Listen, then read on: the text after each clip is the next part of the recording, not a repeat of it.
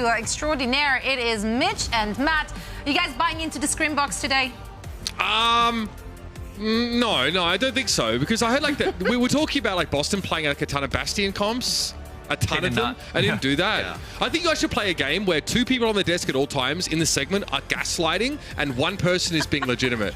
And the chat has to find out which one is legitimate. I think that would be actually an incredible game. Matt, Jake just dumping gasoline on the Reddit tinfoil hat conspiracy theories of what do these Toronto tweets mean after patch? Maybe, maybe things have changed. Jake just sending those people into, they're getting their protractors out, they're plotting, they're getting crazy over there. I think the Titans win the series. Okay. I think I'm gonna favor the Titans until I see the Defiant come out and be awesome. I think the way that the Defiant probably changed their look is like Summer Jed playing really well on Alari. But other than that, I mean, it's kind of the same look, right? Potentially. I made up an award. We were just having a chat before the game started, and I said, like, there's a player on this Vancouver Titans team. I used the word breakout player of the year. That's my award. I think we should vote on that. I think that's such a cool idea. But my most pleasant surprise of the year, I think, is watching the player that he's saying has apparently been the whole time, and now is showing that on this Vancouver Titans roster. Really impressed with them before the patch break. Very different metagame though, but like it felt like they could really do no wrong here. That's an exciting prospect when they're paired with Sugar-Free, Punk. I mean, Faith is one of the cleanest main support players I think I've laid eyes on. We know what Crimso can do.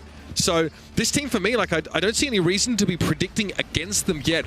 But Toronto, have they been working on this Orisa-based composition? Can they get Ilari really firing in their setups and make a difference?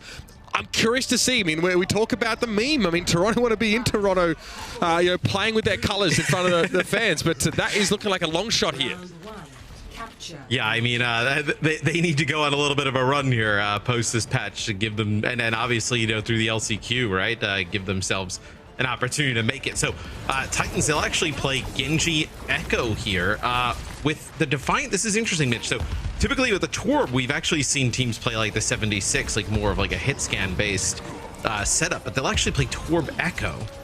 So the question is, like, the Torb, outside of being just very generally strong right now, it's kind of frustrating for Sugar-Free to play against it if he wants to try to wrap around and put pressure down. But from long range, you can deal with these turrets, and he's saying embodies that right about now. Yeah, I mean, it's difficult for anybody to dive, right? Like, the Titans, if Punk is going to commit with, like, an Orisa there, the Torbjorn against, like, a Baptiste, right? Like, very difficult to dive on in, as they actually see Sir Majid up here, just basically using that pylon for him and Spectra, try and force him back. Yeah, and not in a great position to heal many of his teammates. Sir Majid definitely playing as like an off DPS from that position. Obviously, Ilari provides healing via the solar rifle at more middling ranges, so hoping, I guess, to top up whoever he can from that high ground here, but Ultraviolet gets hit with the stickies and has to be in immortality field early. He's saying tries to go for the focusing blast, but very quickly an angry Swede starts running at him. We'll have to back out, but has built up that duplicate and again dispatches the turret, but it's a rail shot from Majid. Claims that kill, and both DPS for the Titans are down for the count. Yeah, and I mean, that's how you see how devastating it is to try and dive and make a play. Like, really nice immortality field there from Ultraviolet, keeping himself alive, but when you saw Heesang go a little bit further, Hydron comes in to save the day. Turret cleared here by Sugar-Free, but then Defiant playing very far forward. Too. Yeah, set it up here on this bridge. That's maybe why Toronto opted to play in such an aggressive spot. Ilari looks much scarier when she's having to fight through that, I suppose. And there are a lot of lethal weapons from the Defiant trained squarely on the Titans here. And they're making very slow progress. It's 55% already, an outburst for Sir Majid to create a little bit of spacing as Punk dips his toe onto the point now. Captive Sun, no connection here, but it gets some distance, but Punk saps him from the low ground, rather. He's saying dupes. A Torbjorn here is having to hold his own inside the right side room. Oh, well, he's going to get the ult here, just going to throw it anywhere. He's going to get a kill with it, so But is this enough to end up flipping? You still have Hydron here, who's pretty healthy. I mean, look at everything they got to do to just dump at him, as Hydron does get a few players low before he falls, and it's still the Defiant in control of the point. Yeah, Spectra trading that kill, I think, was huge. Getting rid of Heesang while Heesang's head was turned elsewhere. Sugarfree also not able to assist in that moment because there's a bloody Tourbillon turret in the way. He had to clear that before anything else. Now Kaluji go for a javelin spin, looking for Crimzo with that throw. No connection now, and an Immortality field will stymie Sugarfree to some degree, but is still able to find a kill. A lot of deployables picked up in the kill feed with the Blaze. Sugarfree really on janitorial duty here, but it's enough with the rest of the Titans surging forward to cap the point. Kaluj, though, will have his say still. Yeah, I mean, you figure with a Nano Blade, you're able to flip it here, which they do, and this will actually be the Molten Core here used by Hydron. They're going to actually Sound Barrier and try and push on in. They want to try and finish these players off. They don't want to let them linger. Yeah, it's a big spend here, but the Defiant are posturing and spending some of those ultimates they built up themselves. The Sound Barrier timing was crucial to keep Heesang alive, as Hydron was taking shot after shot at the Echo. Now you kind of take stock of what the Defiant have coming in, right? They ended up just using the Tor Bolt, don't have a Duplicator, you're gonna have like an Amp Matrix, and then Surmagid should actually be able to build up towards this Ilario pretty fast, as just doing tons of damage and just passive healing. Immortality field again, that is going to keep Marjet alive as Punk came calling once more. Ultraviolet doing well to keep the team topped up, even getting some healing on the airborne target of Spectra. But here comes the pushback from the Titans. They're coming in waves now. It's Sugarfree landing right on Marjet's corpse. And again, the Defiant are going to be pushed right on out. And that's the Amp Matrix they're invested as well. They use the Amp Matrix right when like Surmagid dies, but just a few kills come in here from the Titans as they'll let Punk take some damage from the Torb turret, allow to build up towards this Nano. So now you have some Nano options, right? You have Heesang, and then you have Punk as well. Hydron switches over to the Tracer. I think this is actually probably a good thing for the Titans, right? They don't have to deal with that Torb anymore.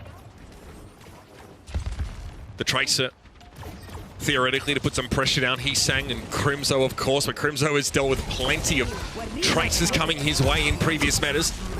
Margin here playing from a safer alcove as Sugarfree wants to converge on the back line here, but Heesang's been taken out early. Captive Sun activated here. Unclear where Marget's looking with that one now as Sugarfree's forced into a deflect and back away. Crimzo picked off means that the Defiant are back in control, but it goes all the way, and there's no chance to touch. Sugarfree too far from the point to keep the round going. Faith also in a compromising spot. Yeah, I wonder if Sugarfree just didn't have dash available. Kaluj seems very confused by that. But we'll see as we go into that. So first round played pretty competitively. I actually thought the Defiant, with some their new looks, obviously, that a lot of other teams are using, looked pretty strong there. So maybe some of those scrimbucks are true. Let's see. Do we get a little spear spin here? Oh, no, this is not the end. This is just a good old environmental kill. So this is the look for the Defiant. A lot of teams are moving in the direction of Orisa and that Illari. Kaluj looked pretty good there. The Titans playing something a little bit more classical, albeit with the Genji in the mix, but the Lenny Genji is something to be feared. Make no mistake. It's going to be D.Va for Punk this time around. Kaluj will reciprocate. Marjet still fancying the Illari. Is D.Va now in play, obviously, with the high mobility, access to high grounds here. Sugarfree still on the Genji, so a lot of teams have been running Genji to pretty good results, but I mean, dude, I think Soldier up on the high ground here, with just putting down consistent damage, allowing Spectra and Kaluj able to finish it off, could pay off pretty well. As I say that, it is Punk with some help of Faith, just getting to the high ground and just taking out the Ana and the 76 right away. Yeah, Vancouver have an extra DPS that can partake of the dive, right? Genji, Echo, and D.Va can all pile on in up there. Even Faith can get a piece of it while Crimzo sits back and maintains a good line of sight. I think the Defiant maybe wants something a bit more flexible. So Hydron goes to the Tracer, but the ability to transition, I guess, between high and low ground won't be improved. But having someone on the point here to draw people back like he is now, probably something the Defiant are looking to leverage. Yeah, but the Genji does offer the ability to access that high ground way easier than Tracer, right? Tracer can put pressure on the point, but really cannot, unless they take a longer route, contribute to the high ground. But that's going to be the Defiant who ends up flipping the point. Yeah, with their Tracer, right? Hydron gets there first, gets some attention, but some of the Titans pretty unwilling to move that way. Heesang wins out against Spectra. The sticky bomb connection was crucial. And Heesang now, we've seen this before in Ana metas, the Echo duplicating a healer. Now, no access, of course, to the Bionic Grenade. That wasn't a choice for Hee-Sang with Ultraviolet unavailable. But still, the Illari pick looks decent. Got to get the shots, though. Yeah, I was going to say, self-healing pylon up on the high ground and then some long-range beam in there from Hee-Sang, but still able to flip the point back. But that percentage that Toronto got, that's like nothing, right? I mean, that's like an extra, 20% off of just what Hydron getting the point and nobody being able to kind of like stand there for the Titans to be able to contest. So not the worst thing here for the Defiant. Marchand is hunting for a backliner, maybe. Sees the deflect there from Lenny. Knows he can fire it to the ground and get some splash damage off very quickly. Sugar Free gets the heck out of there. Oh, very close. I mean, the debuff actually detonated there, but Sugar Free's having to get back and get some help, but his fate falling to Marchand, a rail without connecting across the map. Punk can't get back into the mech and goes for the self-destruct. Kaluge, though, will have a safe alcove for which to regain the mechanic capacity. Yeah, you don't get that kill with the Captive Sun, but Sugar Free just gets so low that he's not able to get on the point and kind of play with Punk. At that point, Punk is just the only one there. He's got the benefits of the nano boost, but still would have loved your Genji in that situation. Hee-Sang in a... Hee-Sang? Would you like to phone a friend? 50-50? Ask the audience? He's fine. He's fine. He's good. He's good. Yeah. He's not good. You know what they say, Matt? You're good until you're not. Yeah. Right. Losing is learning, Mitch. I'm sure he's going to learn from that experience right there. All right. Once I reconstruct his frontal cortex from the splatter on the ground, I'm sure he'll be back in the fight. Sugar Free has to get out there. Has a Dragon Blade, but there's just no one behind him. Yeah, why don't you do some a breakdown of that fight? Do you think that Hee-Sang just kind of floating on the opposite side of the map had an impact on them losing that one? I would suggest that if there was any benefit for any period of time, it was marginal at best. How about that? Oh man, you gotta put that analysis in your reel. I mean, that was top tier right there. Ultraviolet. Well, he's over the edge this time. We got Ultraviolet wants to go for a ride here. Well, he wasn't given much of a choice really, running with the balls, except they just came too fast as Punk bears down upon him. Fangs and horns bared, takes him over the edge. All right, so Vancouver are back in control here. Sugar Free does spend the blade in order to do so, but keeping a sound barrier in the next fight, it's got to give you some semblance of comfort. Yeah, we'll see. I mean, you have the duplicate here for the Defiant, and you're going to have the Captive Sun. Maybe you actually go for like a Kariko one. A duplicate potentially is a... don't know about that one, Chief. Submargin! Okay, we can use that outburst to get back in position. Love that. Faith also goes down. The sound barrier was used there for the Vancouver Titans. It looks like the value was insufficient. Spectra finds two, and they're both backliners. That heralds disaster for this Vancouver squad. Spectra, though, going to get knocked out of duplicate. He knows the invulnerability of that is fine. He'll shed the skin that he claimed for himself, and now the Vancouver Titans have nothing to work with. Faith will try and touch here, but Hee-Sang cannot quite get to the point. Looks like Toronto Defiant are in good shape here to take our first map of the series. It will be a Defiant win on Ilios. Yeah, and they looked strong. No switching off from having Hydron kind of playing the 76 at the start there in the round 2 to playing the Tracer. I think definitely made a big impact. And I mean, Sir Majed being able to play the Illari at a really high level. I mean, definitely scared me going up in the sky that high. Especially when you're going up against like Diva and Echo, right? Both of those characters. But it also seemed like it would like a little bit of a distraction, right? As both players beeline for him and everybody else able to pick up some kills. 7-3 for Kaluge over the map, leading in final blows for the Toronto Defiant. Getting to a lot of work on the Orisa. And then the move to Diva. The Defiant didn't start well. They got dove pretty hard, but then they were able to bounce back. And some good looks there from Spectra towards the end of the round. It'll be Numbani for your second map of the series. Expect to see even more of this Echo play from Spectra and Hee-Sang.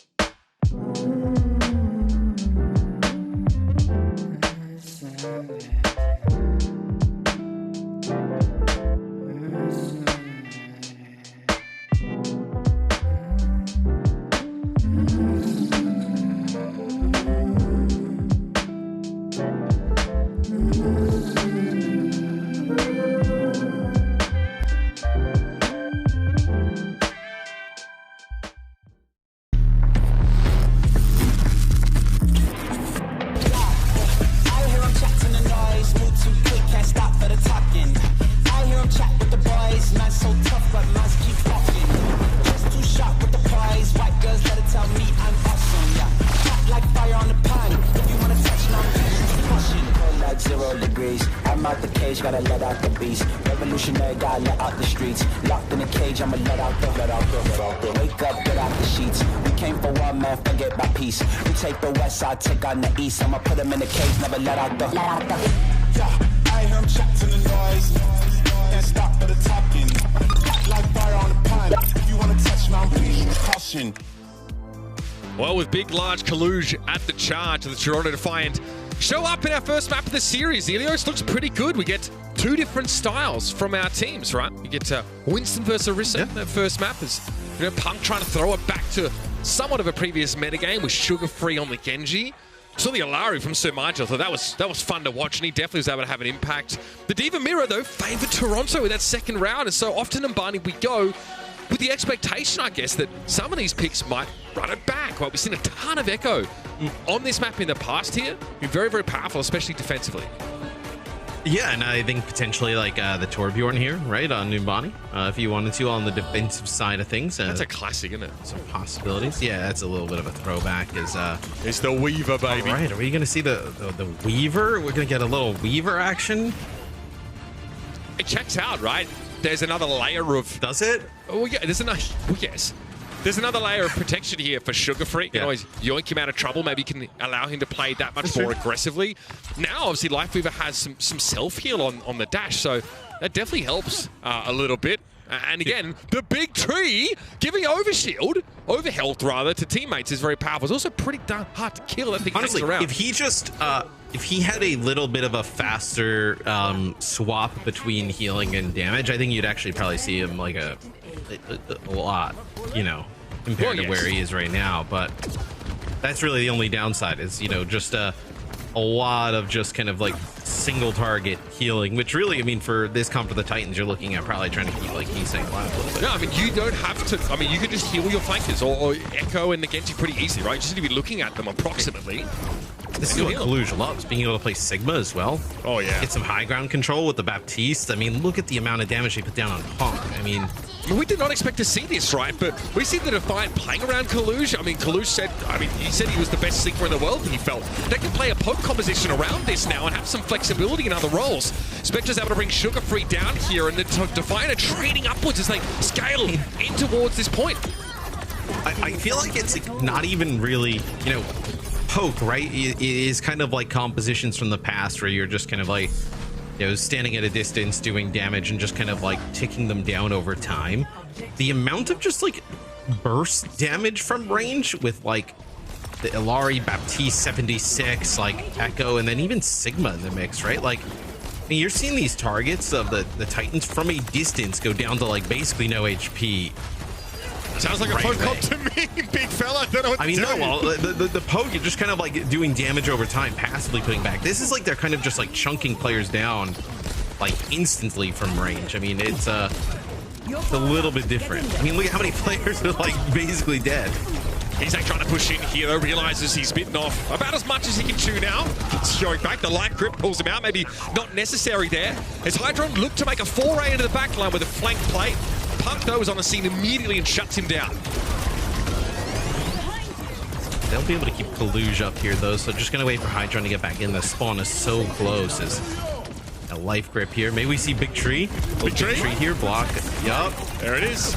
Comes down, Kaluge trying to back away. Healing pylon overperforming right now for Sir Marghead, but the rest of the Defiant have to get out. They lose deployables, but that's it. They have an immortality field that gives them the time now. Oh, what is this? A flanking captive stun from Marghead. Can he connect? Or does this blow up in his face? We got your answer right there, everybody. Ultravar, in the meantime, finds the other support, and the Defiant's gambit does not pay off. On the other side. Man, yeah, that was a little bit of a cheeky play there. Maybe he actually thought that like they can get a little bit more aggressive from like the front side by like where the cart and the spawn are and follow up on that, but not able to do so. And then as soon as Faith gets hit on it, he just uses his petal, gets right up in the skies and not really able to follow it up. Not what the Defiant were looking for there, suffice to say. And once again, it'll be a flanker, but this time Hydron. back in position, playing from the periphery now, taxing the resources of that defense matrix wherever possible. As attack fires are looming here, he'd love to get D.Va out of the picture to try and strike a mortal blow. Instead, the Gravitic Flux is going to catch Heesang. At least Heesang there. Looks like Punk and Fate also in that one here. And Kalush is not going to let them back away so easily. The shield placed in between Punk and his team to make it impossible for Crimson to heal him. That is perfect. And here comes that tactical visor. Not shut down by the deflect at all, and Faith is nowhere to go. Yeah, as this should be a second checkpoint here taken for the Toronto Defiant. And these are the kind of comps I thought if you were going to say like, oh, Scrimbuck's really high, like, you know, these are the types of comps I think you would probably see from them, right? Where Surmajed, who we've seen play flex supports at an extremely high level in the past, can come in, play a new one that does more damage than really any support ever. And then kind of Kalush on comfort picks with Hydron on hit scan all the time. I mean, that is like a perfect recipe for this team. A similar situation, I think, being experienced by the Los Angeles Gladiators. Is something we remarked on yesterday. It just seems that the planets have aligned for them in terms of giving them a really comfortable comp that is very meta-friendly. Okay, and Magic's thrown to the back there by Ultraviolet, maybe reactively, as the Titans look to disengage from it, but they're giving up space and they're giving Hydra the chance to keep pressuring from this off angle. Tree! Big tree, man! Yeah, but they've already lost Heesang, though, so you do get the overhealing here, you know, from the tree as long as you're, like, inside of it, but Punk has to push even past it to try and get anybody down. Moderate tree then. Still, they're going to be able to keep Punk in the action. The tree is fallen. It does slow Toronto down, though. Yeah. A little bit, but I mean, you lost Ultraviolet now, so you're going to have to just wait this out for a period of time. But still, with Kalush, just kind of, I mean, he can get so you know, sturdy right on the point with, you know, getting some of that extra health and then also having the shield and just kind of like moving up constantly. I don't think there's really a worry. So we'd see Nano Blade here potentially. Yeah, okay. Barely got it off. And with Halderfield might be an issue with Sugarfree's trying to chase someone down to feel the wrath of the sharp edge. Looks like a captain sub was there from Margin. Yeah, unclear to see if there's any real connection now. But Heesang's able to burn Kalush down with the help of Sugarfree, who got one blade swing at the back of the Sigma while he was chasing kills. So the Titans here are able to strike first, and it's tough for the Defiant as they're caught on the wrong foot, trying to push themselves. Self-destruct here. I think Sugarfree hoping to force Margin out of that corner, but goes too deep. I mean, he's got the healing turret. He's got like mobility. He's got some teammates there as well. Where I wonder if he was using the Captive Sun as like when the blade comes in, is using it like in a defensive manner, right? Like if he kind of connects to the Genji while he's coming in with that blade, he's able to do some big damage to him, take him out. Gravitic Flux now punking trouble, hit by the rock on the way down. Kalush though on the wrong side of a focusing beam. Hydron forced off the angle. That's Punk ever attentive, making sure the soldier does not rule the roost from the left side. And Matrix, though, is a scary prospect. Punk's still able to game his health pool well enough. And here comes Heesang. Look, oh my goodness. Okay, Ultraviolet turns around. I'm pretty sure Margin had a say in that as well. Punk desuited now. Self-destruct not available. So it looks like the Vancouver Titans will be bundled up here and shoved back towards spawn. And Spectra with the duplication on the Genji. And he's on the hunt. Faith can't do anything but run and hide. Man, they have looked awesome so far, the Defiant. Any type of like scrimbucks definitely seem to have been true. As finish the map here, 1 minute and 40. It's a good amount of time. I think they just kind of left the Titans like searching for answers a bit. Yeah, so my question becomes, how many maps, as we look ahead, does it make sense to just keep running this Sigma? Because last meta, I guess you can call it, I did feel like sometimes compositions were dictated by map setup, and I do think they should be to some degree. But we only ever saw Sigma on Circuit Royal, when it was like you were priced into a poke composition and that was all you did. And that started to get counted out later in the day by dive comps. I mean, we went back to Winston on those maps and a lot of teams struggled to deal with that particular factor. But if this works here, you know, there are other maps where maybe, you know, mobility isn't your biggest concern, where you can make it work. Yeah, I mean, you have just insane survivability, right? Where with the Sigma with the shield, and then obviously the healing pylon, the Baptiste, the immortality field, the kinetic grasp, it's very difficult to dislodge from some of these areas. And honestly, when you have the amount of damage that comp is putting out as well, you see the spot for that healing pylon high up there. Yeah, you don't get a real the amount of damage you're putting out, doesn't matter. You don't get a real sense of the range of the healing pylon just by looking at it. You'd be surprised just how far away it's really far. Yeah.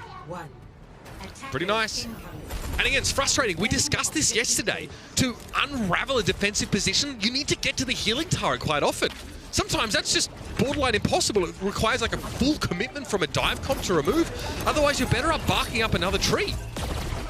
And this is also going to be a pretty difficult composition, I think, to keep Heesang alive, in the sense that you're just going to have the Ana there, right? You're going to have the Lucio speed to maybe like just try and get players around towards the opposite side to like try and flank, but still, I mean, you have the mobility, right, to access some of that high ground. I just don't know who exactly you're running down with this type of comp. So Vancouver were looking for a set play that had Sugar Free and Faith play from behind the point. That got disrupted, though, because Hydron pushes up on the right-hand side and starts poking. All of a sudden, Vancouver say, oh, we split ourselves up, and now we're getting pressured. So now they had to pull Sugar Free and Faith back into position and try for something else. Hydron's been doing a nice job just changing locations to just try and get some damage down. Is Nano here on a Sugar Free, gonna get one of the supports. That's big. Well, ain't no sunshine when he's gone. Nothing he could do about that as Sugar Free went for the chase. Oh, the Sticky Bomb deflate was cute. Spectra dupes a Diva there. Unclear if it was for survivability or just because he thought he could catch his targets. But it will get forced out of the Titans. It was a Nano, I guess, that got built up extremely fast from Crimson. So he just throws it out on Sugar Free, knowing he'll have another one by the time Blade is back up. Yeah, and if you're the Defiant, right, you just really need to get these kills on a Crimson. Like, if you can get rid of Crimson, this whole comp falls apart, right? So look for, as kind of like damage comes through the choke, Punk has to just turn up towards the sky to get rid of that healing pylon. Yeah, they're going deep. Yeah, Faith part of that dive there, and I mean, what can Hydron do? Look on, say, do I give up this high ground and drop low? That can't be right.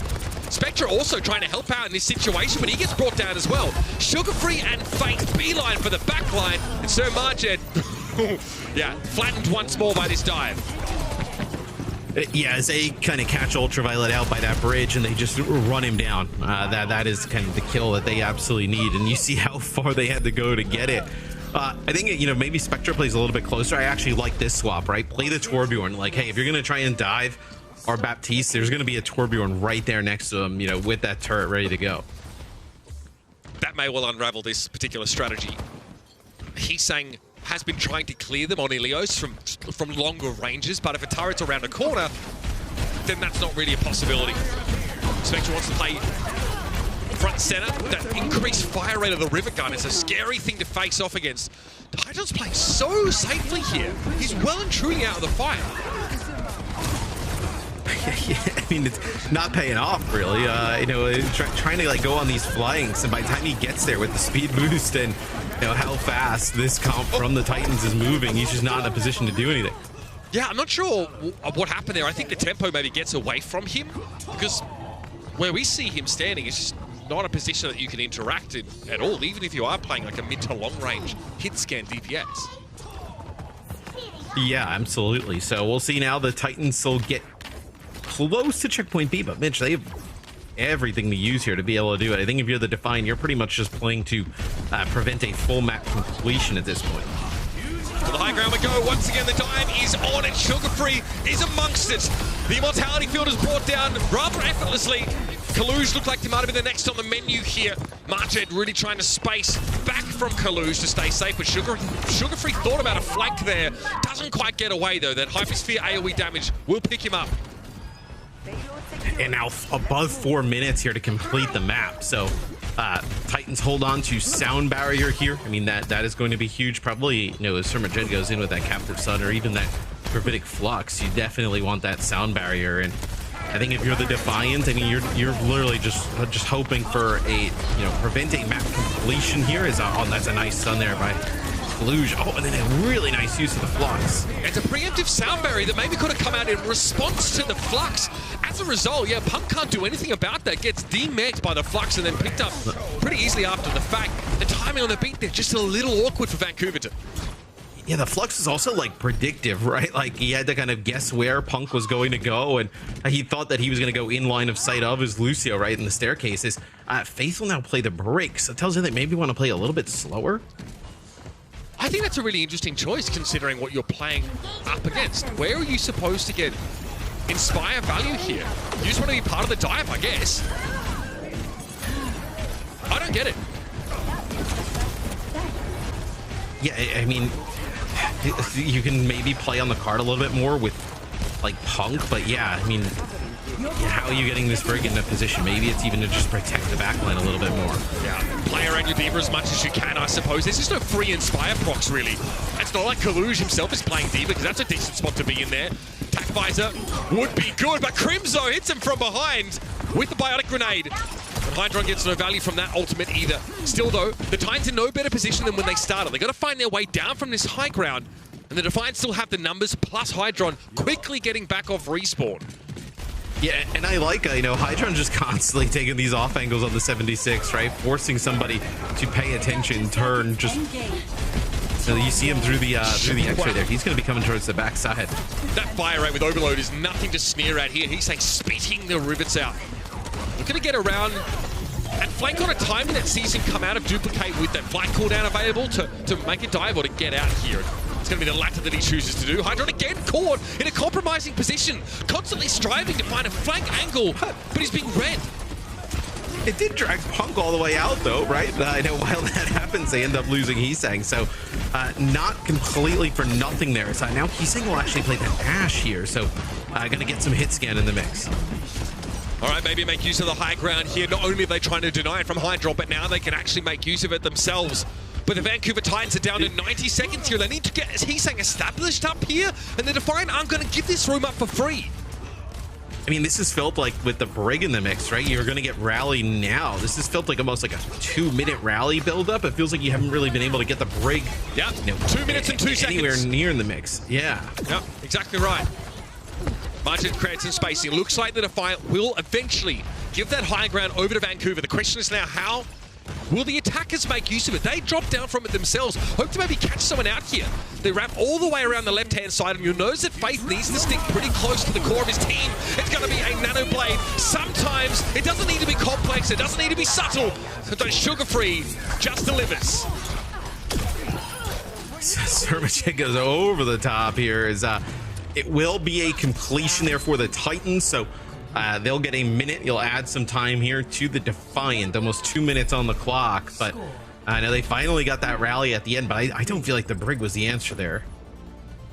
Well, I guess I'm just trying to understand the value proposition. I think obviously the rally is a pretty key defensive ultimate if you're hoping to use that, but Faith, you know, is an incredible Lucio as well. We saw a couple times the sound barriers, the timing didn't quite line up right. It was a preemptive sound barrier to start the dive, which is fine. Like, it only looks bad because there was a gravitic flux right after the fact. Faith wasn't trying to play reactively around the Sigma ultimate. As the attackers, Vancouver trying to use that ultimate to start a fight and put them on good footing. So I can understand the logic, at least with that. But the Brig, it's like, well, you're dealing with long-range hit scan, yeah, an Echo that's really hard to hit, and a Sigma shield that you need to bypass before you actually start hitting. It just gives anyone. like Hydron another free target that's going to be set on the payload when he like flanks. It honestly could be repair packs for the Genji, but I struggle to see how that's like an efficient use of your healing resources, if that's why you're switching to the Brig. Yeah, I don't really see it either, you know, with the Brig play. But I also didn't really, you know, love like the Lucio at the start, but the Lucio actually was quite effective to make a play for Ultraviolet in that back right-hand side. Curious that Defiant isn't kind of, you know, maybe going to run that Torbjorn and kind of go against it, but see now the Titans, they'll actually come out with that same comp they had at the start. Slower round for the Titans, but they have way more kills than the Defiant, so they're definitely trying to start many of these fights, and Sugar Free is 13-5. Getting a lot of value out of the Nano Blade. It looks like they're really investing in, but here Punk really can't. D-Mac Punk, yeah. He can't get much progress on the high ground. Like, what are you supposed to do if you take instant or poke damage, Matt, and then a focusing beam just blows you up? Yeah, I mean, there's really nothing you can do. Punk actually ended up, you know, I don't know if you caught it, but like Sugar Free was extremely low. Kalush was actually lining up that rock for Sugar Free, but then Punk actually just flew in, try and help him up in the high ground, and Punk actually ends up getting hit by it. Yeah, maybe that was even intentional to some degree, but it results in the DMAC, which is not ideal. He's saying living dangerously from the low ground, and Margin plucks Sugar Free. That is dirty stuff. The Alari with 2 kills in this fight here, and 2 incredibly important targets. Both DPS fall to Sir Margin, and the Defiant seal it here with a hold on defense. Now all they've got to do is get themselves a tick. Yeah, and What's interesting with the way I, see them playing it at the moment for the Defiant is like Hydron and Surmajed kind of like go off, maybe on a little bit of off angles, right? They have the healing pylon, and those two players, with the Illari and the 76 put down so much damage that you're like forced to turn and respond. But you can't just kind of like completely ignore the Sigma, right? Who can stun, and then the Echo on the opposite side. So it really sets up these interesting like pinches that they're able to set up. So we thought, justifiably, Sigma's probably even harder to make work on attack than it is defense. So no shock to see Toronto bring it out on the defensive side. Make it very hard to shift you from that right side high ground and pose a constant threat to anyone who's trying to climb up and get access to like the left side high ground if they're the attacker. What do you make of this? Junker Queen, Bastion. I am not giving up this high ground for nothing. Yeah, this is if you want this high ground, you are going to have to pay for it with your health bars, right? With he's saying should be able to put down tons of damage. You also have some mobility here with Sugar Free, right, on the sim, being able to kind of like TP players around, but there's no speed here for the Defiant, so not really an opportunity. You're also able to close the gap, right, with Faith kind of playing the Lucio as well. I think Toronto are banking on... It's in very all-in comp, right? Vancouver are banking on the Defiant not having enough time to switch and adequately counter this setup because it feels exploitable if you have the right kind of picks. Like, Pharah ruins this setup. Oh, yeah. I mean, Echo should as well. You see Hydron actually on the lower ground there. Punk. Hydron's the one on the point, I believe. Yeah, on the Soldier, looking for a wide flank. That could be a problem. Outside of using the teleporter to reposition, the Titans don't have a way to answer this flank pressure, so it will be a TP. It's to the low ground. Kaluge has started up the catcher. Remember, only one tick required here. Spectra's able to find a kill on Sugar Free now, and Kaluge is taking a lot of aggro, which is exactly what he wants to do. This means Hydron gets the free fire from this hole on the low ground, and the Vancouver Titans go for the all-in. They play a Gambit-style defense, gets completely clowned on. And Soldier with the sprint is able to just get out of the way so fast, right? You just kind of like roll out the opposite way once, they TP on you, and then they're now stuck in a really bad position, right? Some of those players weak from the 76, they're down underneath that, kind of like bridge overpass, and then you just have the 76 rotate back out to the point really fast. Yeah, how do you answer that? Like, you don't have anyone with mobility. You have, team mobility via the teleporter. But that is not enough. I mean, you have to completely concede the high ground or split your resources. And with the Junker Queen Bastion composition, that doesn't seem advisable at all. It's a big risk to take when there's a whole 2 minutes to play. The Defiant had time to figure it out, and they did. Yeah, and see some of the highlights here from Surmajed. He's been playing some of these off angles there with Hydron, putting down so much damage with the Defiant with an opportunity to finish off a 3-0 sweep. Yeah, well, it won't be Sigma, I don't think, on New Junk City, but a chance to see what these teams have been preparing on Flashpoint right after this.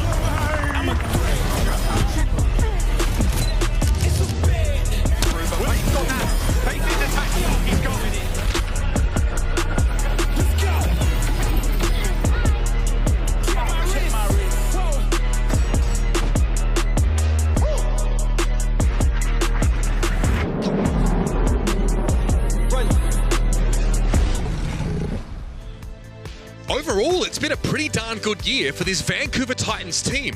They have improved when they've had opportunities to make these small roster changes, sugar-free. Heesang coming into the lineup, and they've been relying on the stalwarts of Punk, Faith, and Crimso to get them here to a place where they have a chance to be part of the playoffs at the end of this season.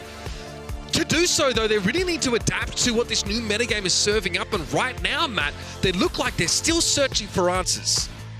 Well, I also think it's just that the Defiant look really good in this current meta, you know, with the way that they're currently playing. I also, with the way the Titans are looking there, they kind of know that this is a rough series that they've already gone through, and potentially to make their comeback are going to have to go through with their comeback potentially starting here on New Junk City. Of course, we've seen this map a few times, saw it yesterday on a couple of occasions. We even see Sombra get mixed in by some teams, arguably for the mobility, as, again, under Cloak, she has a movement speed increase, allows her to get back to the fight just that bit quicker.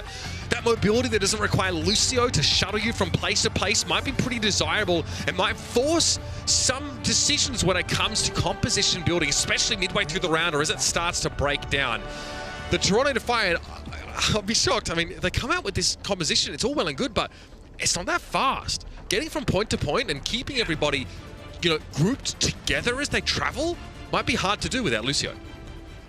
Yeah, and I'll be curious if both teams here, I know, come out without Lucio's. Lucio's been really all the time, it seems like, at least in the Flashpoint games that we've seen. Specifically Surabasa, maybe, you know, with the layout of New Junk City, it's a little bit different, but it will be the Titans running the Lucio. The Defiant just don't care, right? They believe this comp is so good that they will win out in these fights against this Lucio composition every single time. I mean, again, it doesn't matter for the first point as we head to Arena because, I mean, there's a countdown anyway. So they can get in position and try and make use of the strengths of their composition that may not include mobility. Hydron, though, embodies that exact concept as he's using it to flank around, putting a lot of pressure down on Crimso, and Punk loses the frontline battle. I mean, just Hydron on these off angles, man. Like, the amount of damage that he's able to put down and then also do it safely, right? You're not going to, like, turn with the Lucio and speed all the way out towards the 76. He's going to get out in time. So it'll be the Defiant taking that point first. Hydron able to just make it out with his life. Oh. Yep. Dunzo. Nicely done there. Dunzo as well. Yeah. Nice play. Crimso there now just trying to take stock of the situation as things have broken down a little bit since he was caught in that duel. The Titans still need to regroup to get to the point, but they can do so without having to worry about Soldier for the next few seconds at least. So how do they make use of that? Punk is beelining. He is headed straight for them there. I think Outburst got used pretty early on a sleep dart maybe. Connected onto Ultraviolet, but the follow-up wasn't available. Heesang wants a duel. He wants to try and keep Hydron quiet as much as possible here. And Ultraviolet's in an awkward spot. Has to use the F Matrix, but is getting forced away by Punk, who picks him up. The Titans have the numbers, but not the point just yet. They'll need to double back to Cap. Yes, Hydron does pick up one here, so you know, maybe you can actually just kind of like linger around a little bit, wait for the spawners to come on through. So let's see. Yeah, look at Hydron. He's going to take this long flank. I wonder if he can like make a play for Heesang here, right? Like, he's a problem. Sometimes you want to get some of these players off spawn. Yeah. Constant pressure. Some burst damage in the form of Helix Rocket. It's a bit risky to play against it in that way. And even Majid playing from a little bit of an off angle here as he rejoins the rest of his team. Toronto move into position to try and flip the point back. Should they do so, the point probably belongs to them from here on out. It's going to be attack bias from Heesang to try and break through this, but all he gets from his trouble so far is a healing pylon. He sees Hydron in the distance, but he's just ratting. He's just running off. Here it is. Captive Sun for Sir Margin. Ultraviolet loses his immortality field, and Margin has to back away after deploying it.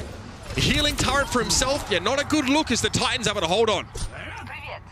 No, it looked like he used that Captive Sun. It looks like the player that he connected with just got bubbled, and then he just got pressured out. So not going to get anything with that. Is Hydron insert Majid still alive here? Just kind of so split from the team. I wonder if they know.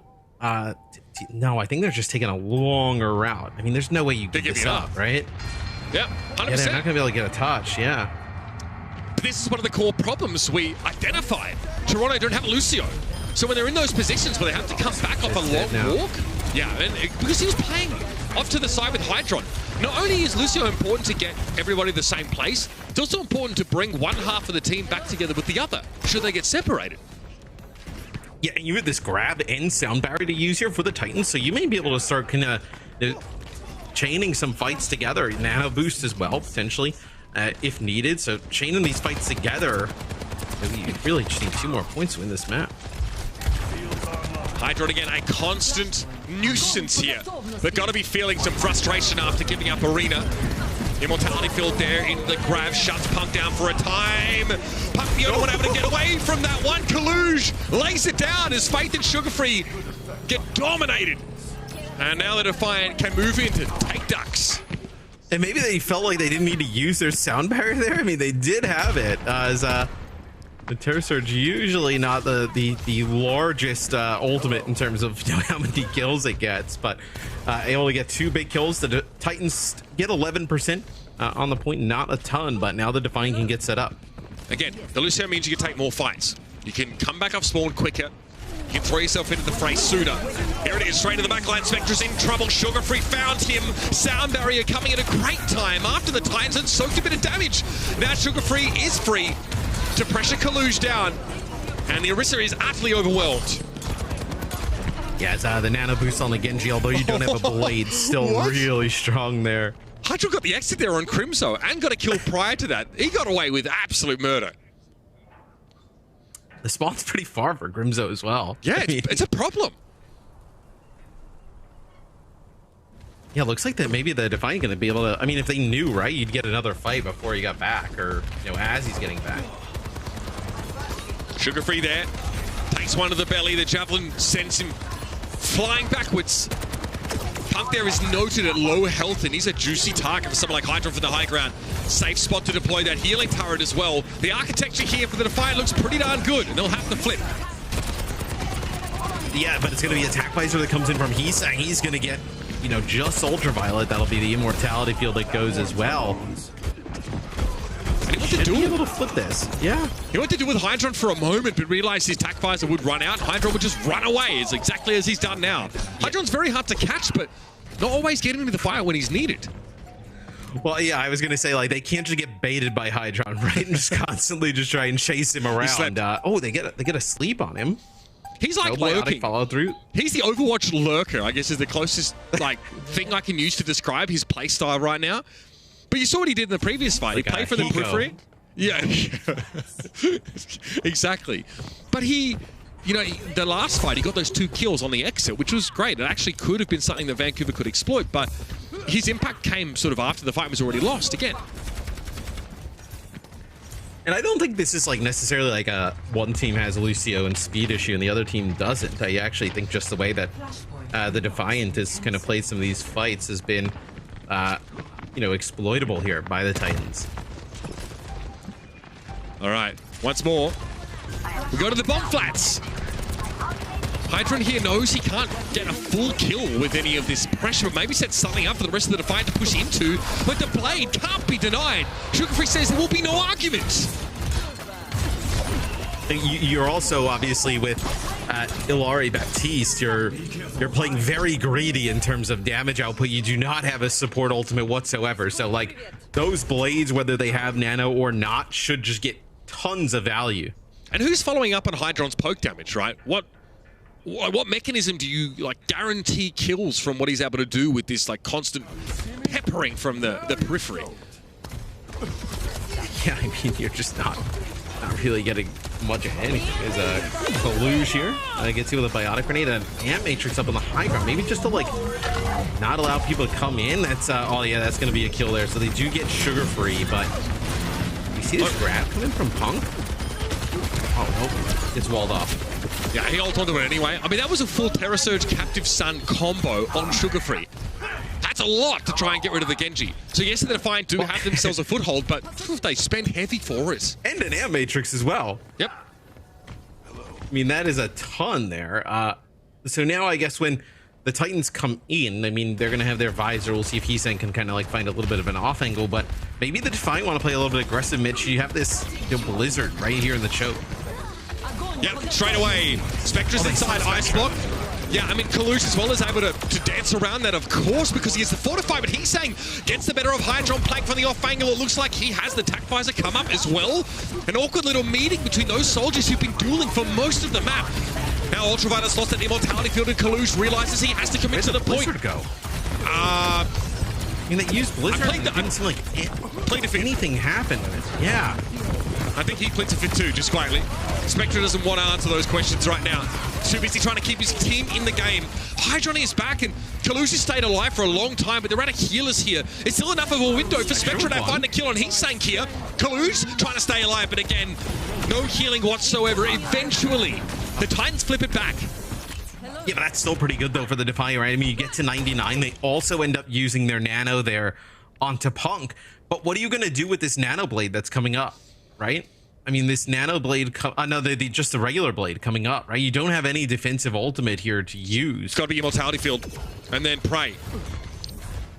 That's about it. Getting close now. The Defiant have to win this fight to stay alive in the map. Behind on this time, taking a less aggressive flank angle because he anticipates the push, and it comes! Punk, though, gets the shove from Kalush instead.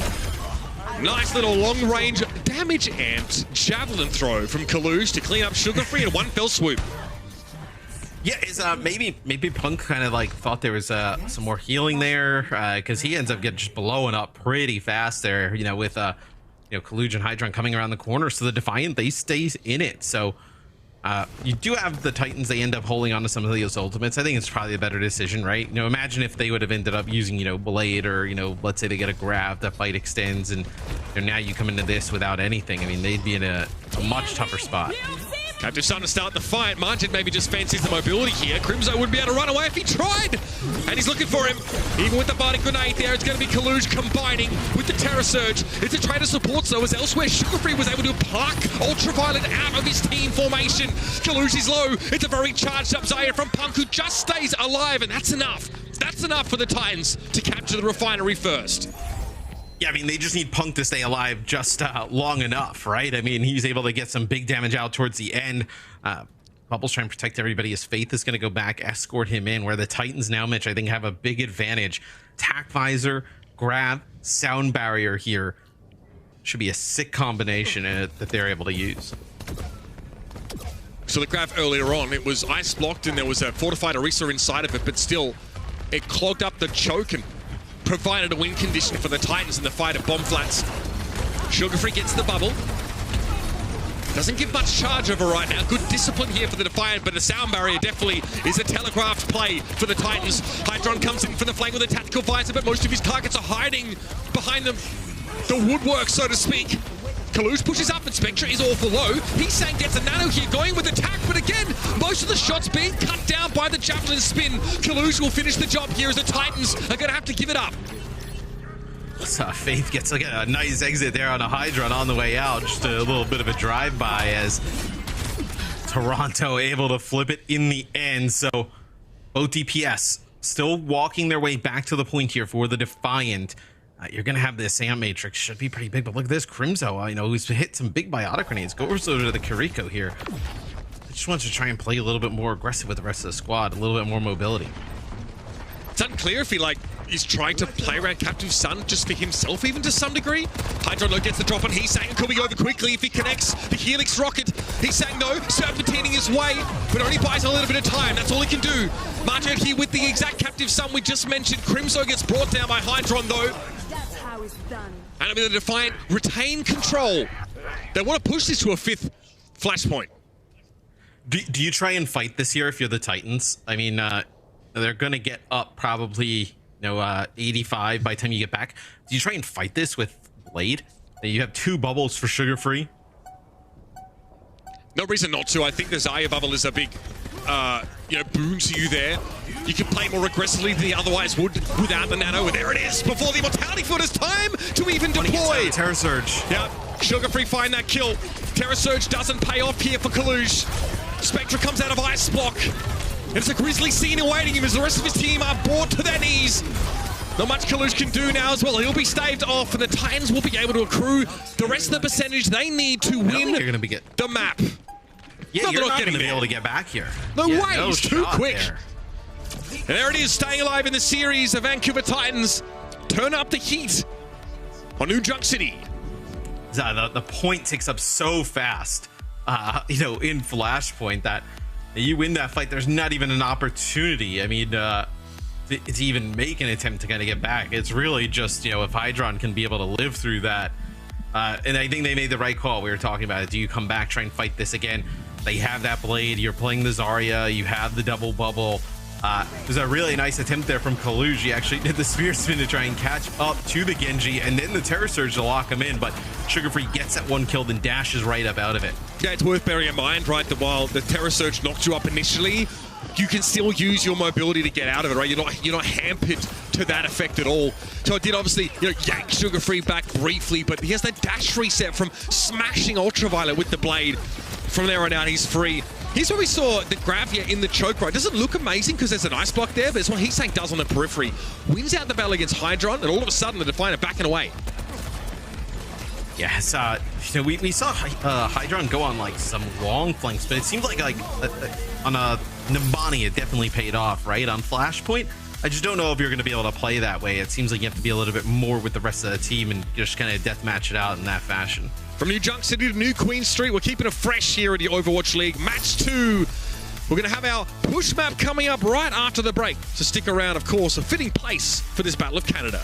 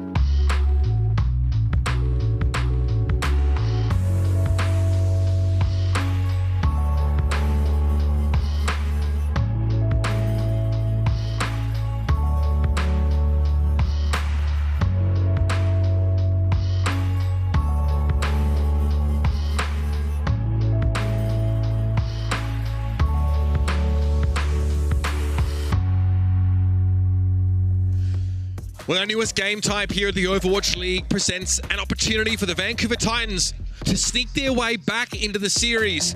But instead, they break down the front door and do it their way. And on New Junk City, letting time was all the time. The Genji play from the Vancouver Titans, which we've seen over much of this series, hits a new level on this particular map, and your boy Sugar Free getting close to deadlift territory with his performance on New Junk City.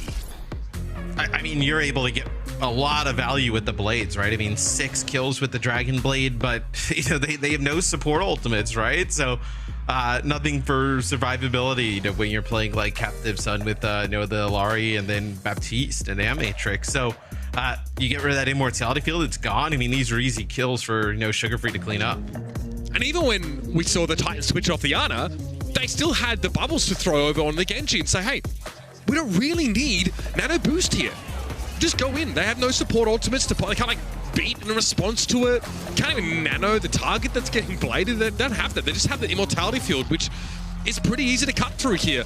Sugar Free also, like, you know, New Junk City has so much high ground, low ground, and variations of those combined across the flashpoints on the map. But Sugar Free, all of them, he's able to navigate quite expertly and very comfortably, kind of be everywhere he needs to be. Whereas Hydron, by contrast, right, is often playing, flanking, playing conservative, peeking from wide angles and trying to put pressure down. Sugar Free gets in there and finishes the job that Heesang starts. Well, I think it was also a little bit of a difference in that, you know, you have Heesang playing the 76 there. So like Hydron in some of these maps, right, he's been able to take these off angles and you haven't really been able to kind of make anything happen. You haven't been able to run him down, right? So in this type of scenario, though, Heesang is playing the 76 and is able to, you know, make plays for him, right? Just kind of like run him down, you know, put some pressure from the opposite side. So you have a little bit of a counter there, which allows Sugar Free to run free. And I thought it was interesting seeing what Spectre playing with the Mei a lot of the time. Like, our question was, all right, so if Hydron is doing this poke damage, putting this pressure down, then what's the other end of that sort of combination? Who's finishing off these kills? And Hydron quite often was, you know, caught up in these long, protracted duels with Heesang where he couldn't actually impact most of the fight. I thought, you know, you mentioned the comp was greedy. I guess that's fair to say, right? Like, no support ultimates, no defensive ultimates. Obviously, Margin's been really dominant so far this series on Illari, but it looks like they maybe just need a little bit more utility on New Junk City. The speed from Lucio would be great, and Sound Barrier, other defensive ults would also have gone a long way there. Yeah, and I mean, we were talking a little bit during the break, like what are they possibly going to play? You know, right? If you're talking about the Defiant, like we've seen them kind of play the Sigma-based compositions. You were wondering if they see that. I think potentially we end up seeing like Diva-based stuff here. I think that's a possibility coming up. Yeah, like we mentioned, the Sigma may be less likely. Again, you really do value your mobility to some degree because virtually on every part of this map, there is some high ground that you could be making use of, regardless of where the push spot actually is. And Sigma, no, maybe not the best equipped hero to make use of that. So we'll see. Although I like to see it from the Defiant, they might have it for us yet again, just based on pure comfort, Matt. It does play into this like long-range, oppressive sort of damage composition they've been trying to make use of. I mean, the Sigma did look good, right? I think if they decide to obviously run the Sigma, I don't think there's anything wrong with it. I think they want to be a Sigma team. Okay. I mean, yeah. I mean, they definitely can. I mean, Sigma kind of just has like a little bit of like an overall kit, right? You can just, you have the shield to be able to block. You have a little bit more survivability with Grasp. The damage is good and just kind of consistent. So, I mean, there's probably, you know, an argument to be made that like there's never really a bad time to have Sigma, right? Hydron is, and this is like nice, right? It must be a Toronto Defiant DPS thing. He was like the most prolific flanker I've ever seen. Hydron, though, is really challenging that title. But here he doesn't complete the kill. What does he do? He fakes, he feigns that he's backing away, then opts to take a different angle. The Titans are taking a ton of poke damage here, and Spectre's able to finish Heesang off early. Now Hydron has no one to answer him. I mean, what is going on? I mean, there's just no response, right? I mean, just kind of taking these off angles. It's what he was trying to do on Flashpoint. It just wasn't working as well, right? Yeah, it looks much better here. This time, the Titans try and send some people to deal with him, but Sugar Free was already so low on health. Yes, he gets a bubble from Punk, but that's not enough to keep him alive. Hydron planted his feet, threw down the biotic field, and finished the job. So we have a Winston switch here for Punk. Yeah, so the Winston, I think, obviously, you can get past past the Sigma, right? Just to get a little bit more to the backline. And that's something what you need to do. You need to, that's where, you know, Heesang did a nice job. It wasn't necessarily like punishing Hydra on the last map, but just putting enough pressure to just kind of keep him out of those fights. If you're Sugar Free and you find him alone, you need to take those fights. Sugar Free again, looking to pressure individuals. This time it's Ultraviolet getting a lot of attention from Marja, but it may not be enough. There's not enough healing from the Illari. But Punk doesn't see any need to push further forward. You know, Sugar Free just actually continue to poke that damage from the high ground. And the Titans, despite having a Winston comp, they're playing pretty safe here. Yes, we'll see, you know, what the Titans decide to do. It looks like just kind of getting to that first corner, right? And then we'll see, can they access that high ground? Like, where is Hydron going to play from? Because I also think now, like, Punk is a threat to Hydron as well. Absolutely. Where these long-range hit scans, pretty susceptible. A little pressure from Winston. Soldier less than others, but still wants to respect him. That bubble is going to block much of this captive sun. Martin tries to thread the needle, but the projectile's quite large. As Hydron just found out, as one got bored through his face. And with the blade in play, there's nothing Martin could do. Trying to throw up the healing turret, but that was a foregone conclusion. I love the kill feed when we see like the blade or, you know, anything. Now it's like you're getting rid of like 30 different objects, right? It's like, you know, I think I saw one screenshot during the break where it was like I think Sugar Free ended up getting rid of the Illari turret, a Torbjorn turret, and Immortality field with a blade. You know, just getting rid of all the deployables. But you're in a spot where the Titans, like, you know, you don't even need the nano on the blade, right? Like, you can give the nano to Heesang, you give the nano to Punk, because you know that there's no support ult on the other side, right? So that time you end up using the nano blade, just a little bit more survivability, where now you put the Defiant in a really rough spot. I mean, you have this Blizzard, but there's so much mobility on the Titan side. Who are you going to get with it? I like the Winston against offensive. I love the Winston against Sigma for that reason. He just ignores Sigma. Kalush turns around and says, well, I'm just going to try and hold a front line or hope my back line can deal with the Winston. Now they do. It's because Spectra deploys a Blizzard there and makes it impossible for Punk to escape.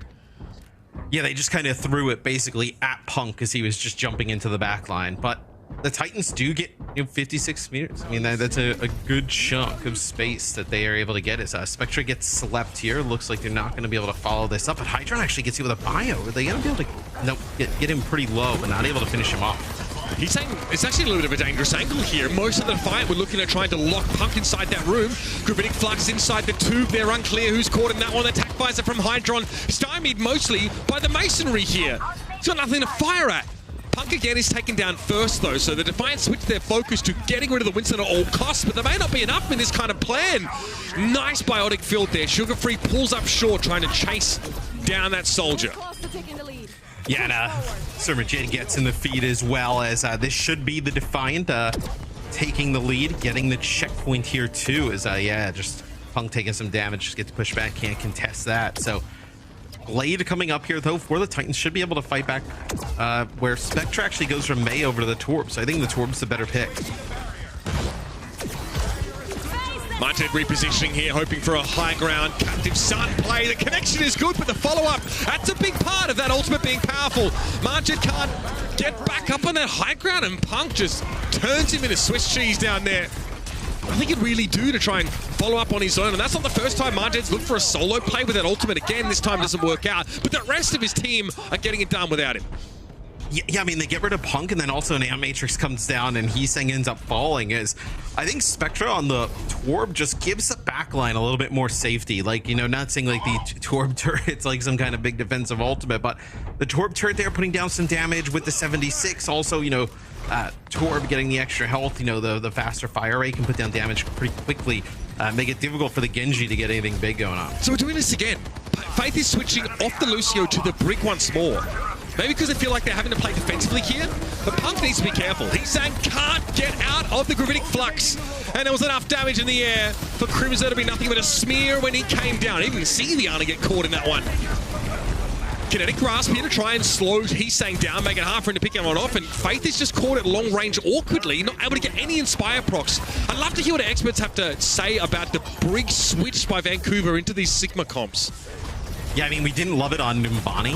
I hate it. I think also we didn't really love it here as well. As I mean, yeah, it's still like protect Crimzo, but against who, right? Like nobody's really diving Crimzo, right? and maybe it's to help try and get into too, but still, I mean, yeah, this is just. Yeah, I mean, and what Hydra can do now is he can just shoot at Faith constantly, force Faith to lose shield. I mean, there's other targets you could definitely, maybe select as more priority, but it's very difficult for Brick to do much in that situation. Hydron attack visor and he's popping it straight away. He catches Crimso as he emerges on his own from that side room. This is looking very, very bad for the Vancouver Titans now. We are almost at 100 meters and counting, and the Defiant have a lot to spend here. Spectra overextends though, trying to force Punk back, and it'll be Hydron just to get a couple extra meters. The bot's the other way. I mean, it's so far. The other distance is, yeah, Hydron. I mean, you're going to have to try and hightail it out of there as it does get quite low. Okay, so Punk's able to go back, finish him off. But, man, I mean, you use Rally there, and maybe it's just like a hero pool thing, right? Maybe like it's just built Rally. You'd want to play something else, but, Faith, maybe can't play it, doesn't feel comfortable playing it at the time, right? I mean, they trade Lifeweaver, I think, as well. Well, here comes Sugar Free again with the blade. This might be just what the Titans need to get themselves out of this sticky situation. It's a 4K for Lenny. And the bot is already headed back towards parity here. But you're so far behind at this point.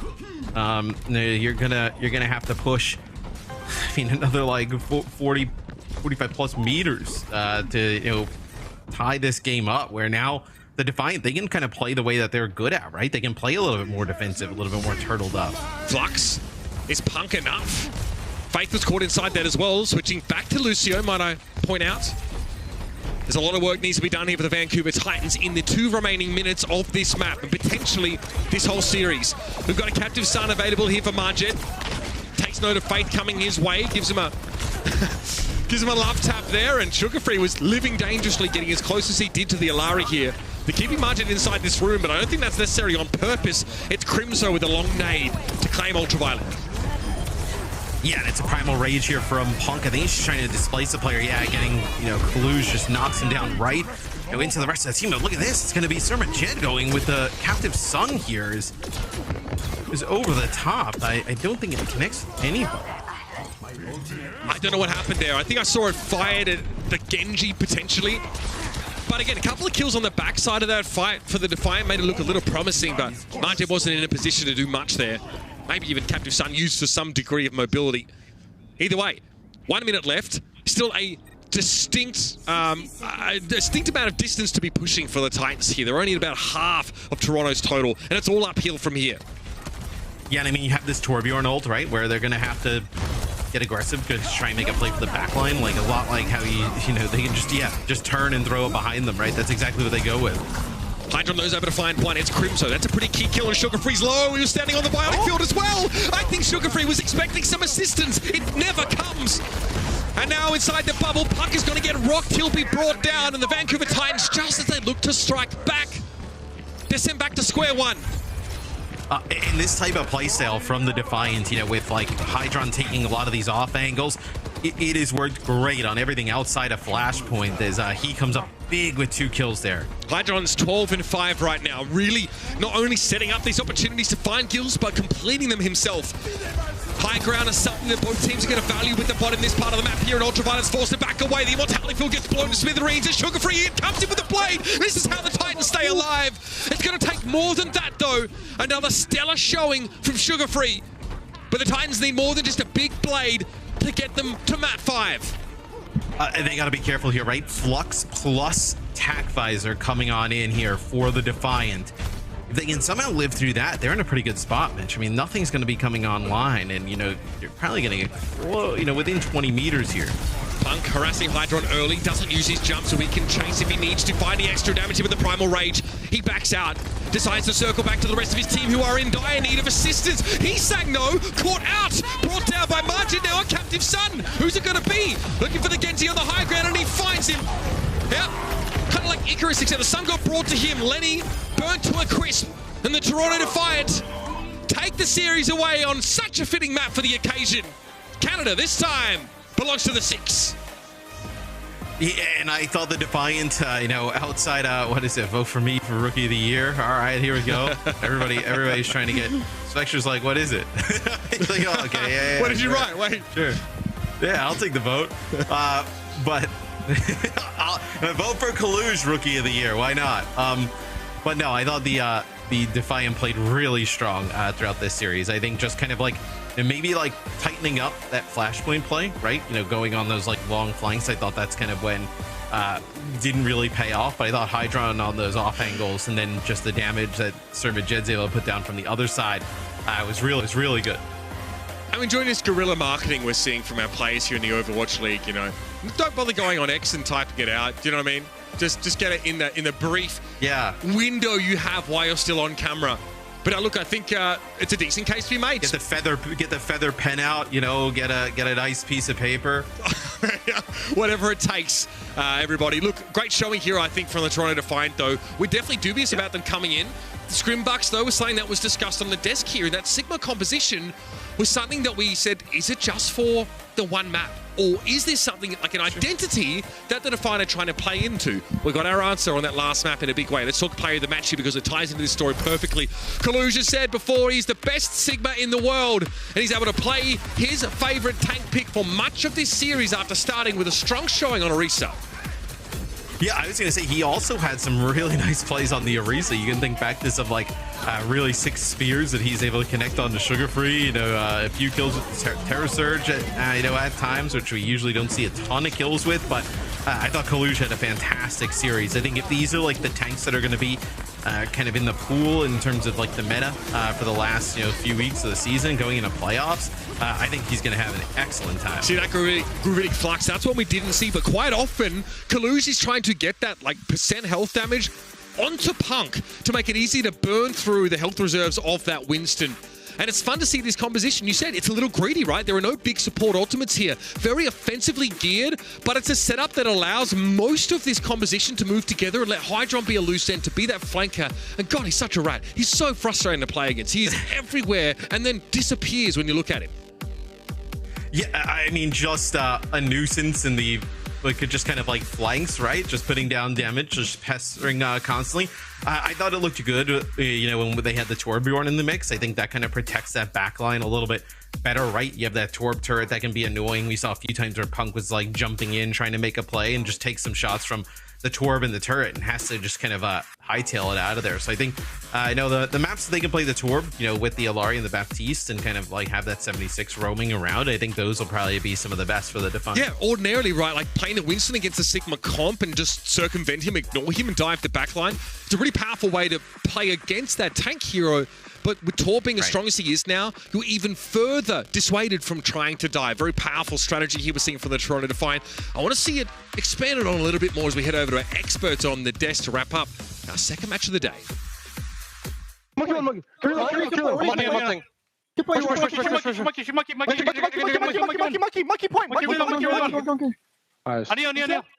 Secure. Lucia. My bad. Good job, guys. Holy shit. Good shit, Maja. Nice. Good shit, baby. Good job. Dude, Welcome back, one and all. The winning moments here for the Toronto Defiant. Monkey on point, that's what I heard. Scrimbucks cashing in. And the Scrimbucks. I should have bought my Scrimbucks. Yeah, you learned it the hard way. Don't we all? It's always when you believe that it doesn't work out. Yeah, though. It's true. Every time I believe it doesn't work, and every time I not believe it. But honestly, though, this was not Vancouver Titans playing bad. No, like, this Toronto was just Toronto Defiant really turning up, and this meta seems to suit their style on an individual level as well as on the team's level. So well. I'm so happy we finally get to see Kaluge playing that Sigma. We've been talking about him doing so for quite some time, and now, Sigma was one of the heroes actually we did discuss. Yesterday? Yeah, back in the meta forecast. Yesterday in the meta forecast, and we didn't really see it. So it was like, well, maybe the feet are not out just yet. But alas, the feet are not out. Bringing them summer, man. The toes, the toes, the toes, man. Toes. I don't know. But let's take a look at the highlights. What's up, Hutchie? I think, of course, even Kaluge himself said that he's the best Sigma, but I was actually very impressed of his Orisa as well. And like Jake mentioned, I think this is a very good meta for Toronto Defiant because every player just suits them the right way. Like, we all know that Spectra is a great Echo player, Hydron's a crazy good hitscan player, and I think Jake, this was the first time we've seen Ilari being played whole match, right? Yeah, I mean, Summerjet locked it in and didn't swap the entire time. And I think that shows how much confidence they have in this meta. They believe, like, they're making the call effectively with their game plan that, like, this is the meta and everyone's going to be copying us by the end. I think that's, like, the vibe here from Toronto. And you can kind of see why, because they look dominant and, like, in the face of, I think, Sugar Free playing incredibly well. Every single one of his Nano Blades was huge, winning team fights, but without those big ultimate combos, it was just too difficult for Vancouver to shut down Summerjet and his Iliari. So really valiantly fought from the Titans, but Defiant, they look like the team to beat right now. Yeah. And also, another interesting thing for me was seeing Toronto Defiant not using Lucio on Flashpoint. I think Lucio was one of the heroes that was like used a lot in Flashpoint, but I mean, they made it work, and I think definitely Toronto has like their own style. Yeah. I do think Flashpoint, I mean, that's the map they lost. I kind of feel, I'm a believer of the Lucio on the Flashpoint. Okay. I'm a little suspicious. I mean, right? Like, it was such a dominant series, the other 3 maps. True. Felt like, Toronto's in control the whole time. But Flashpoint, I really think that Lucio is so much value. It's just giving you that extra fight every point. But in the end, Flashpoint's just one map. You got to win the whole series. And Toronto, they're not too worried about one map, right? Winning 3-1 against a team like the Titans, that's a great result. I think it was just really great to see them really finding an identity and sticking with this. For better or for worse, you may drop a map here and there, but Scrimbox did not lie in this case, which is fantastic to see. Let's see how far the Toronto Defiant can take it, but also let's have a quick chat with one of the players from the winning team. We have Spectra joining us for this one. Spectra, welcome and congratulations. Hello, thank you so much. Well, I want to open up first, Spectra. First off, by the way, nice to be able to do this interview in English. Very impressive. But what I wanted to ask you about is the new meta, new hero Iliari's in, and you guys are playing a great poke style. How does it feel for you playing in this comp? How do you like the new meta? I think this meta fits our team very well because we can put Collude on off tank, and we have 2 great flex support also. Majet is very good Iliari, and UV also good Bob. And as Hydron was very good hit scan, so I think this comp fits us a lot. Yeah, I definitely agree, and you guys look fantastic today as well. I actually have a specific question for you, Spectra, because after the match, we saw you guys holding up a sign saying that vote for me for Rookie of the Year. So I want to open up the floor for you. Why should people vote for Spectra for Rookie of the Year this season? To be honest, there is no many impressible Rookie of the Year besides last year proper. But it's an honor to get to be nominated for Rookie of the Year. I will try hard best. Well, you're making a really good case for yourself. If you had to pick an MVP, who do you think is currently the best, most impressive player in the entire Overwatch League? I would like to vote for Summon because Summon and I was on same team in 2021 in Korean Contenders, and he is such a wonderful person and player. I have never seen people and player like that. He's always passionate and don't tilt, and he always hard work, and he have very good mechanics. Wow. Well, now I want to vote for him. All right. We already really want someone here, but yeah, you did say. One last question.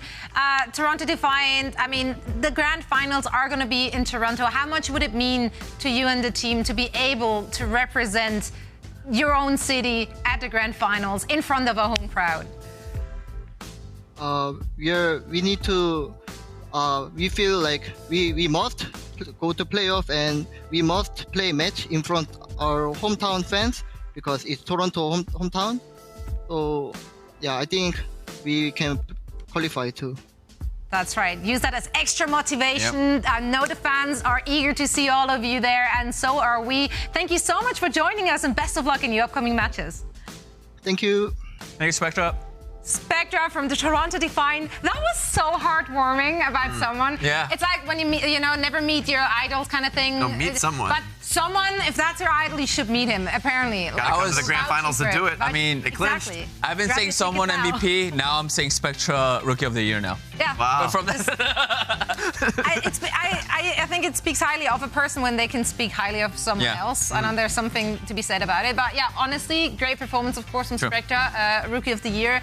Votings are also out there. So, you know, it's time to make some decisions if you want to. Now, even though Toronto won, Vancouver, you know, they're not out yet.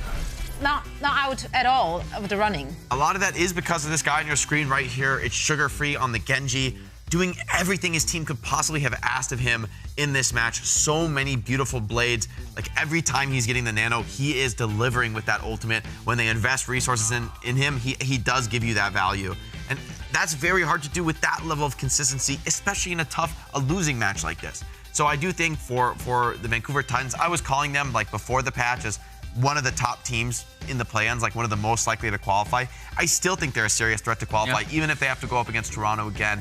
I still see them as dangerous. I do think, though, Toronto's style, you know, you've got to take some pieces of that if you're the Titans. Yes, you need to have your own style and your own speciality, but I think there's ways to maybe blend in more of that poke comp.